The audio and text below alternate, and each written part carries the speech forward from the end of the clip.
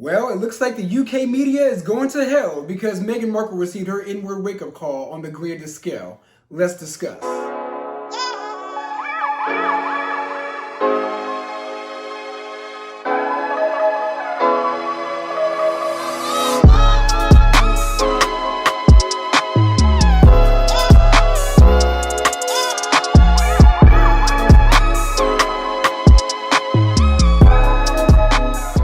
What's up, y'all? It's your boy Beasley here. Hope you all are staying cool, calm, and collected out there. Today, I want to talk to you guys about the whole entire Prince Harry and Meghan Markle versus the royal family situation.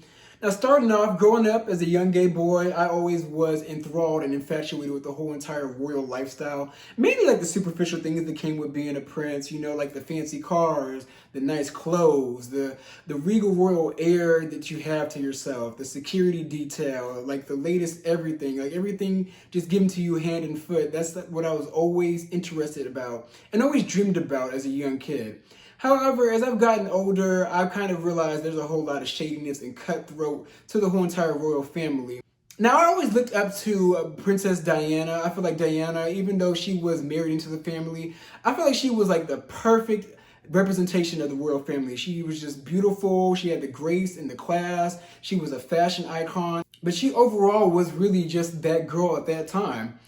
And over time, you know, the shadiness kicked in when I got older because, you know, it's that old Illuminati tale about Princess Diana allegedly being assassinated by the Queen, which I believe those claims. I do feel like Diana was assassinated. This is a question for y'all. Now, this may sound ignorant and this may sound stupid because I don't feel like doing a Google search, to be honest, but y'all, what does the royal family do?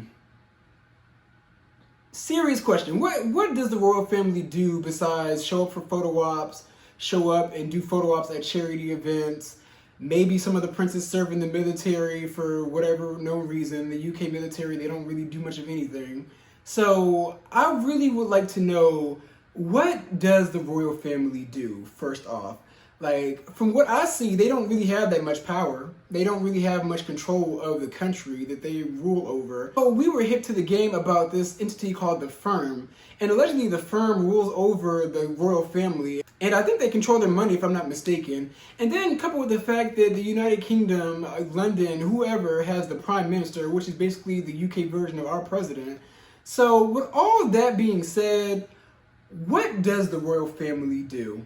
Racism it just runs so deep, y'all. Like, racism has to be like the baddest bitch of all mental illness. You mean to tell me, per Meghan's words, that they were worried about Archie, baby Archie, who has a white parent and a white passing parent, that they were worried about how dark his skin tone was going to be? So you guys are worried about baby Archie's skin tone, yet the Queen's husband is her cousin, and then Prince Andrew is allegedly a pedophile. And Prince Charles, correct me if I'm wrong, but he also has a sex scandal that's going on that the UK press just sweeps under the rug while they treat Meghan like mess for wearing the wrong color shoes or for like not bowing whenever she sees the Queen or they picked apart her so deeply to where it escalated to here we are today. Meghan and Harry, they couldn't take it and they were literally ran out of the UK. Like, they were literally ousted out of the family due to racism and hate. Like, the media just went at Meghan because she was half black. That's what it is. She has a little bit of blackness in her, so the media just like went at her and attacked her from day one. Even during day one during the wedding when she wore that tacky wedding dress. From day one, they were just on her like white on rice, like literally at this point.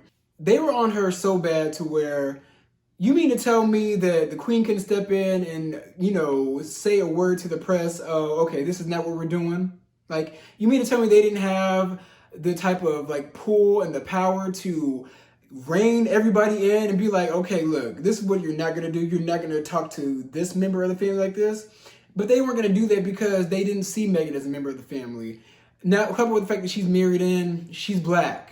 And even though they let her into the palace due to her white passing features, she's still black to them at the end of the day, and she is still going to be treated as such because UK is in deep bred of racism. Even though the UK people look down on the United States as being just outright racist and basically calling us savages, the UK is casually racist. And you know, their racism just slides under the radar because they have a little bit of elegance, etiquette, and decorum. But going into this interview, I have to call Meghan out on a few things. For one, they may be a little superficial, but you mean to tell me that you met this prince and you didn't think to Google him at all when you met him? I don't believe that at all. Like, everybody Googles somebody they're dating. Everybody does the whole entire social media stalking, the whole what's his Facebook, Instagram looking like, unless it's not private. Like, that's what everybody does when they're even in the early stages of dating, or even like just having a crush on somebody. That's what people do. They social media stalk. So you mean to tell me that you didn't at once Google Prince Harry, his net worth, what he has going on, like what is he like, what is he not like? You didn't go through his past interviews? I refuse to believe that 100%. Circling back to the whole entire baby Archie skin situation. Now, I will take what Meghan says. At the end of the day, I'm on her side 100%. However, part of me kind of side-eyed that a little bit. Part of me questioned, did somebody in the family really say that? And it was a little hard for me to believe that because, you know, despite how racist you are, a person with two set of eyes can see that Meghan, and before you even would have knew who Meghan was, you would have thought she was a white woman. Like, let's be real. We all thought that Meghan Markle was a white woman. We only claimed her as black because, oh my God, we're finally getting a black princess, BAPS. Like, it's finally happening. But this is Meghan Markle's inward wake-up call, y'all. Like, Meghan Markle, she had the features to pass, and she had the features to get behind the gates. But, in the great words of Jay-Z, black nigga, white nigga, dark nigga, brown nigga, fat nigga, short nigga, tall nigga, small nigga, still nigga. Meghan Markle thought that she was not going to face any racism, and I think that she thought that she was not going to have any issues because phenotypically she looks like a white woman, and she kind of thought that nobody was going to try her like that. And also coupled with the fact that over the years, Meghan Markle, now I don't know her personally, so this is just all alleged, this is just what I think. But I kind of think that she kind of skated by in life being the white passing girl, like being just like able to move around in white spaces and kind of only say that she's black whenever it arrives, like whenever they saw her parents at the PTA meetings or something. I feel like colorism throughout life was always on her side, and it got her all the way up to the palace. But when she got to the palace, knock, knock, knock, still nigga. So the thing with Meghan Markle is, like, I'm on her side. But part of me had a hard time feeling that somebody was that racist to where they would think that her baby would look like a full-on black person, would look like her mother, basically. Like, yes, genes do skip generations, but come on now. Like, Harry is a full-on ginger redhead white person, and Meghan Markle looks like just a brunette white girl to me. So the average person, even the most racist person, would not have thought that she was black, but I don't know, y'all. And then coupled with the fact that she didn't say who it was because it would be damaging. So at first I thought it was the Queen, but then again, the Queen can't really talk. So I probably think that it was Harry's brother, William. I think that's his name. I call him Bald Spot. But it was either him or it was their dad that thought that, because he did say that there was some distance between him and his brother, and also that he wished his dad would have had his back after them going through everything they went through during the whole entire situation with Princess Diana, which it's hard for me to even say this, but I feel like their dad was kind of fine that Diana was out of the picture because, let's keep it real, he was cheating on her throughout the whole entire marriage. Like, he was never faithful to Diana whatsoever. And it kind of felt like their marriage was somewhat arranged, but they just, like, treated her also like the black sheep as well. So, not negating Meghan Markle's pain, but Diana was the black sheep of that family, and look where she is today. So, them seeing what happened to Diana, Meghan Markle, in my opinion, is the new Diana. And they were like, we're going to nip this in the ass right now. So, kudos to Harry for leaving a whole entire kingdom and his whole entire family for the person that he loves. And also, shout out to Tyler Perry for giving them security detail when the royal family didn't. And that's another thing. This woman is carrying a royal baby. Granted, her baby is not going to touch the throne at all.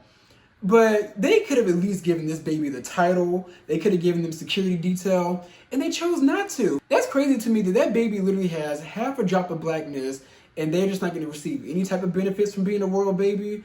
And that's another reason I have to call Meghan out on some BS, because she said that it didn't really bother her that it was taken away from her. Girl, lies. Lies and fairy tales. You're living a fairy tale, actually. But lies. You wanted those titles for your baby. You mean to tell me that this is a once-in-a-lifetime opportunity to be a part of a royal family, and you have a royal baby, but yet you're still not getting the benefits? That personally, for me, would have hurt me a little bit. Like, I really would have been like, oh, wow, so this is what we're doing. That really would have been the first inward wake-up call for me. I would have just been like, oh, so this is what it is. I mean, really, Meghan, that was your chance to pull the race card at that moment. But overall, I think the main thing that kind of bothers me with Meghan is the fact that her and Harry would have stayed if she was treated nicer. So you would go through the racism, the being hounded by the media, because no matter if they would have called her off, the media still would have found any type of thing to nitpick her about. But you were willing to go through all that if everybody was nicer to you, if the family was nicer to you, you would have stayed.